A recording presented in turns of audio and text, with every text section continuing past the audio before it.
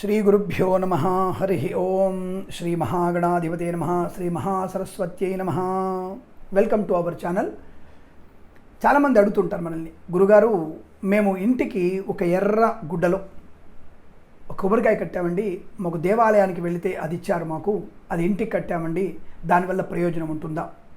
అలాగే పట్టిక బెల్లం కడుతూ ఉంటారు చాలామంది.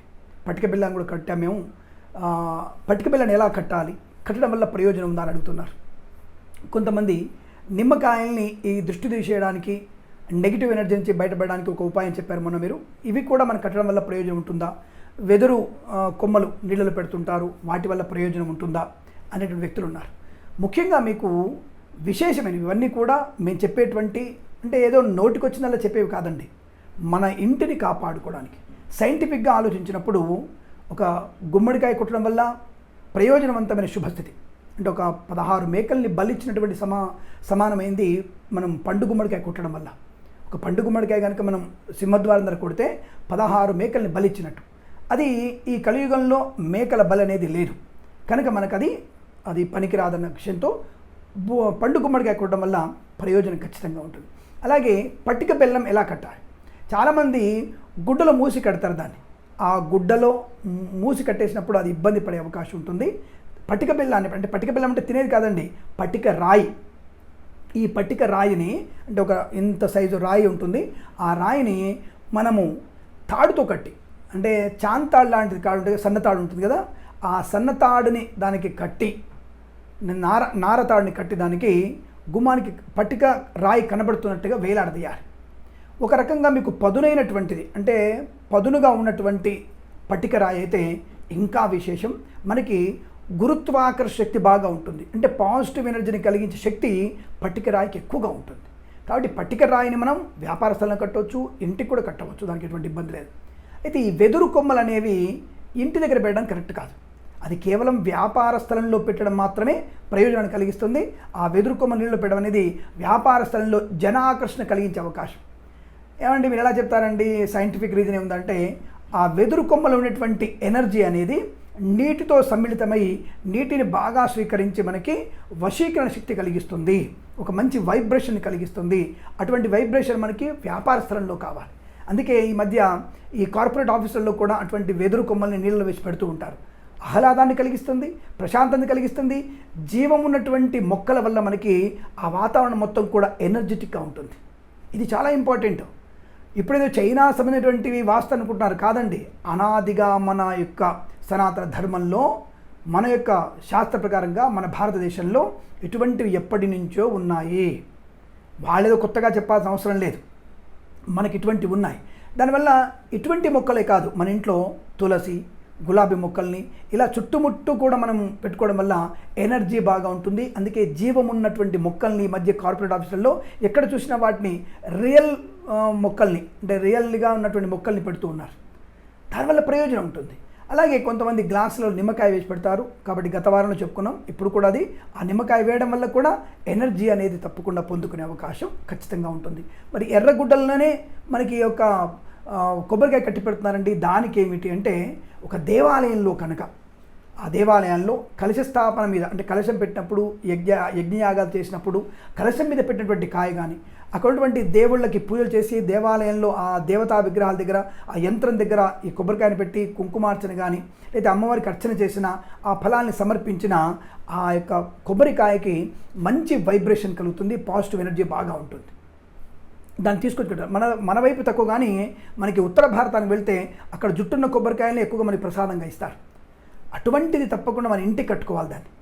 అలాగే మన ఇళ్లల్లో కూడా చేసినటువంటి వ్రతము, పూజనో, పునస్కారము, యజ్ఞమో, యాగమో చేస్తాం కదా, అప్పుడు పెట్టిన కలశం మీద ఉన్నటువంటి దాన్ని కూడా తప్పకుండా ఆ కలశం మీద పెట్టిన వస్త్రాన్ని ఇంటి యజమానులు వాడాలి. ఆ కలశమైనటువంటి కొబ్బరికాయని ఇంటికి సింహద్వారానికి తప్పకుండా కట్టాలి. దాన్ని మాత్రం మనం ఎర్ర వస్త్రంలో కానీ, గోధుమ రంగు వస్త్రంలో కానీ కట్టినట్టయితే ప్రయోజనం బాగా ఉంటుంది. దానివల్ల మంచి పాజిటివ్ ఎనర్జీ కలుగుతుంది. అంటే ఈ మన ఇంటికి రాగానే ఆ వ్యక్తుల యొక్క భాష, ఆ వ్యక్తుల యొక్క అనుబంధం మనకి రెట్టించిన ఉత్సాహం కలుగుతుంది. ఇద్దరి మధ్యలో సయోధ్య కుదురుతుంది. ఏ సమస్యకైనా పరిష్కారం లభించేట్టుగా చేస్తుంది. ఆ యొక్క మంత్రోక్తంగా ఉన్నటువంటి కొబ్బరికాయకి అటువంటి బలం ఉంటుంది.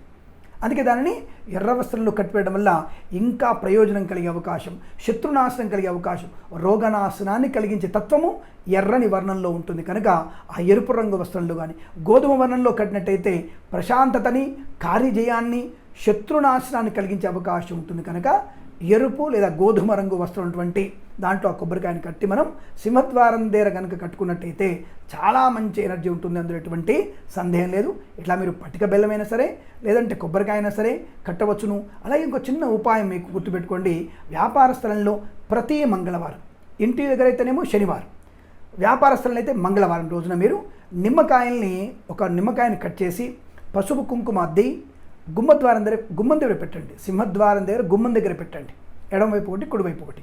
ఇది కూడా మనకి అనేకమైనటువంటి శాస్త్రీయమైనటువంటి పద్ధతిది.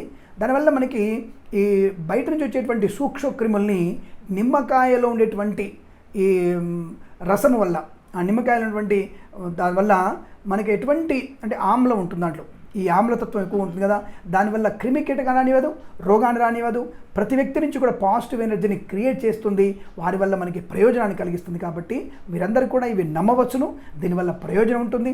అది లేదని కాదు, ప్రతి విషయంలో కూడా మనకి శాస్త్రీయమైనటువంటి దృక్పథం ఉంటుంది. భగవంతుడు దగ్గర చేసేటువంటి ఏ పూజ అయినా పురస్కారమైనా అటువంటి పదార్థాలు మన ఇంటి దగ్గర పెట్టుకున్న శుభమే కలుగుతుంది, అందులో ఎటువంటి సందేహం లేదు. ఈ విషయాన్ని గుర్తుపెట్టుకోండి. అలాగే చాలామంది కొన్ని వ్యాపార స్థలంలో ఇనుప ముక్కలను పెడుతుంటారు. ఇనుప ముక్క మనం ఎప్పుడు పెట్టకూడదండి. ఇనుప ముక్క మనం ఎప్పుడు కూడా మన సింహద్వారానికి అడ్డంగా పెట్టకూడదు. అలాగే మన ఇంటి దగ్గర కూడా ఇనుప ముక్కల్ని సింహద్వారం పెట్టకూడదు, చీపురు కట్టని బయట కనపడేట్టుగా పెట్టకూడదు. అది వ్యాపార స్థలంలో కూడా, అంటే చీపురుని మనం బయట వాళ్ళు వస్తున్నప్పుడు కనబడేట్టుగా పెట్టకూడదు. డస్ట్బిన్ కానివ్వండి, ఇనుప ముక్క కానివ్వండి, చీపురు కట్ట కానివ్వండి, ఆ చీపురు ఎత్తేటువంటి చాటలు ఈ మధ్య ఉన్నాయి, అటువంటివి కానీ కనపడకూడదు. అంతకంటే ముఖ్యమైనది ఇంకొకటి ఉందండి, మన సింహద్వారం దగ్గర ఎట్టి పరిస్థితుల్లో కూడా చెడు వాసనలు వచ్చేటువంటి పదార్థాలు ఉండకూడదు, బూజు ఉండకూడదు. సింహద్వారం పైన కానీ, లోపల కానీ, బయట కానీ, కింద కానీ, సందులలో కానీ ఎక్కడ కూడా బూజు అనేది ఉండకూడదు. ఆ బూజు ఉన్నటువంటి ఇంటికి దరిద్ర దేవత తాండవిస్తుంది, ధనం అనేది మనకు వచ్చేటువంటి అవకాశం ఉండదు. కాబట్టి బూజు లేకుండా కనీసం సింహద్వారం అయినా సరే, అంటే ఇల్లు మొత్తం శుభ్రంగా ఉండాలి, కానీ అన్నీ దులపలేం కదా ప్రతిరోజు అన్నటువంటి భావన వాళ్ళు సింహద్వారాన్ని శుభ్రంగా దులపండి. తడిగుడ్డతో తుడిచిపెట్టే ప్రయత్నం చేస్తే ఇంకా మంచిది. దానివల్ల మనకి వ్యాపారం అనుకూలంగా ఉంటుంది, ఆ వ్యాపారంలోకి వచ్చేటువంటి వ్యక్తుల యొక్క ప్రభావం అనుకూలంగా ఉంటుంది, ఇంట్లో కూడా ప్రశాంతత ఉంటుంది, ఆ కుటుంబ సభ్యులందరికీ కూడా అనుబంధం బాగా ఉంటుంది, ప్రేమ వాత్సల్యాలు పెరిగే అవకాశాలు ఉంటాయి. కాబట్టి ఇవన్నీ కూడా నమ్మదగినటువంటివి.